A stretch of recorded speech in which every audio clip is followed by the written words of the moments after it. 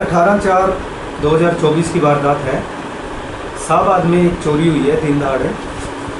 जो घर का मालिक था नीरज गुप्ता, वो उसकी मदर जो मिथिलेश गुप्ता है उसको लेके फोर्टिज अस्पताल में गया हुआ था मोहाली में। और उनके घर में पीछे से फुल टाइम मेड इन्होंने रखी हुई है, वो रह रही थी, मतलब उस दिन भी वो अपने घर पे मौजूद थी। और ये जो लेडी है कमलेश, ये करीब 2 साल से इनके घर में बतौर मेड काम कर रही है।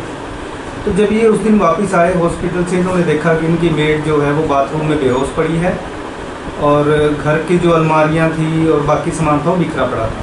इन्होंने तुरंत पुलिस को डायल 112 को फ़ोन किया और पुलिस को सूचित किया। फिर इसको लेडी को हॉस्पिटल लेके गए और इसको वहाँ हॉस्पिटलाइज कराया। बाद में जब इसको होश आया कमलेश को, तो इसने बताया कि दिन में 2 लड़के आए थे टावर चेक करने के बहाने। इसने उनको मना किया, लेकिन वो ज़बरदस्ती घर में घुस गए। पहले इसके पीछे पीठ पे उन्होंने कुछ हैवी चीज़ मारी और फिर इसके मुंह में कोई नशीला पदार्थ डाल दिया, जिसके बाद ये बेहोश हो गई। और उसे नहीं पता कि क्या हुआ, क्योंकि जब सामान बिखरा देखा तो उन्होंने सामान देखा कि यहाँ घर में चोरी हुई है। और उसके बाद नेक्स्ट डे ये मुकदमा दर्ज हुआ था। तफ्तीश हमें मिली थी।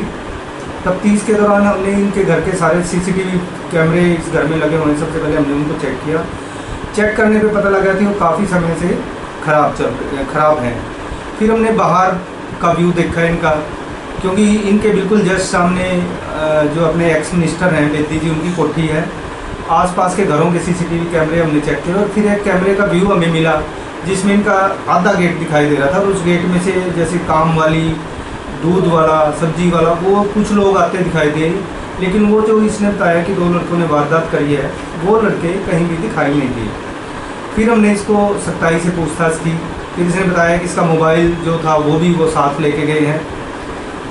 जो वो लेडी है मिथिलेश गुप्ता, वो काफ़ी बीमार है, चलने फिरने में असमर्थ है और वो इस पर बहुत ज़्यादा विश्वास करती है। जब हम इससे सख्ती से पूछताछ कर रहे थे तो उसने बल्कि हमें मना किया कि नहीं, हमें इस पर कोई शक नहीं है, ये काम कर ही नहीं सकती। फिर नीरज गुप्ता को कह के या पड़ोसियों को, उनको 1-2 को समझा के हम इसको पूछताछ के लिए यहाँ लेके आए। और जब इसको सख्ताई से हमने पूछताछ करी तो इसने बता दिया कि चोरी इसी ने की है। और वो जो बेहोश वाला था वो सब ड्रामा था जो इसने रचा था। जब माइन्यूटली से पूछताछ की कि चोरी क्यों की है और कितने दिन से तू ये चोरी कर रही है, तब इसने बताया कि ये एक ठगी का शिकार हो गई है। करीब महीना पहले इसके पास एक फ़ोन आता है कि मेरे 25 लाख रुपए की लॉटरी लगी है और वो 25 लाख रिकवर कर लेने के लिए तुम्हें एक फ़ाइल बनानी पड़ेगी। उस फाइल के चार्जेज हैं 1000 रुपये, वो आप डाल दो, मैं आपको अकाउंट नंबर भेजता हूँ। उस अननोन आदमी ने इसको अकाउंट नंबर भेजा और इसने 1000 रुपये डाल दिए। उसके बाद नेक्स्ट डे उसने कहा कि आपकी फ़ाइल तैयार है, 7000 रुपये आप और भेजो। और उसके बाद इसने 7000 रुपये और भेज दिए उसके अकाउंट में।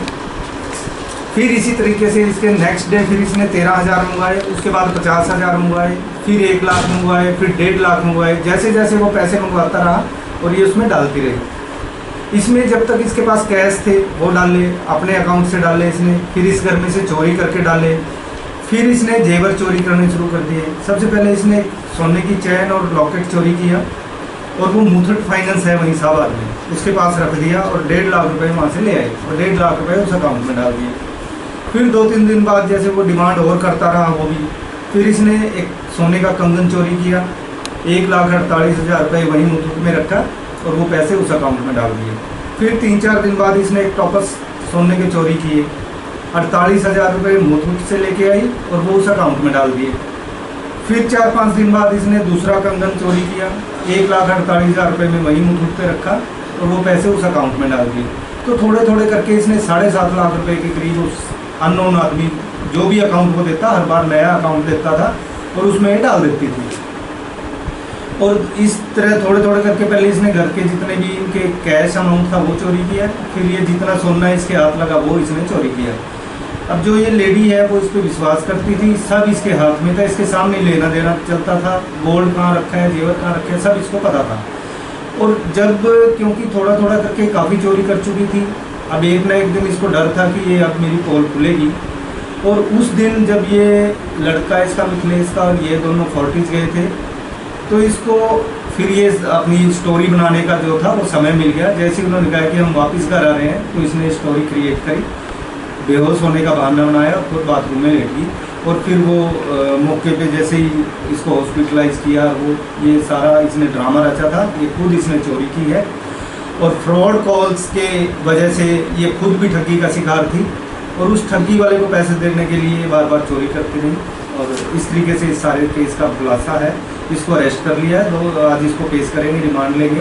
और ये जितनी चोरियां इसने बार बार की हैं, मुठूक पे रखी हैं, वो सारी चीज़ रिकवर करेंगे।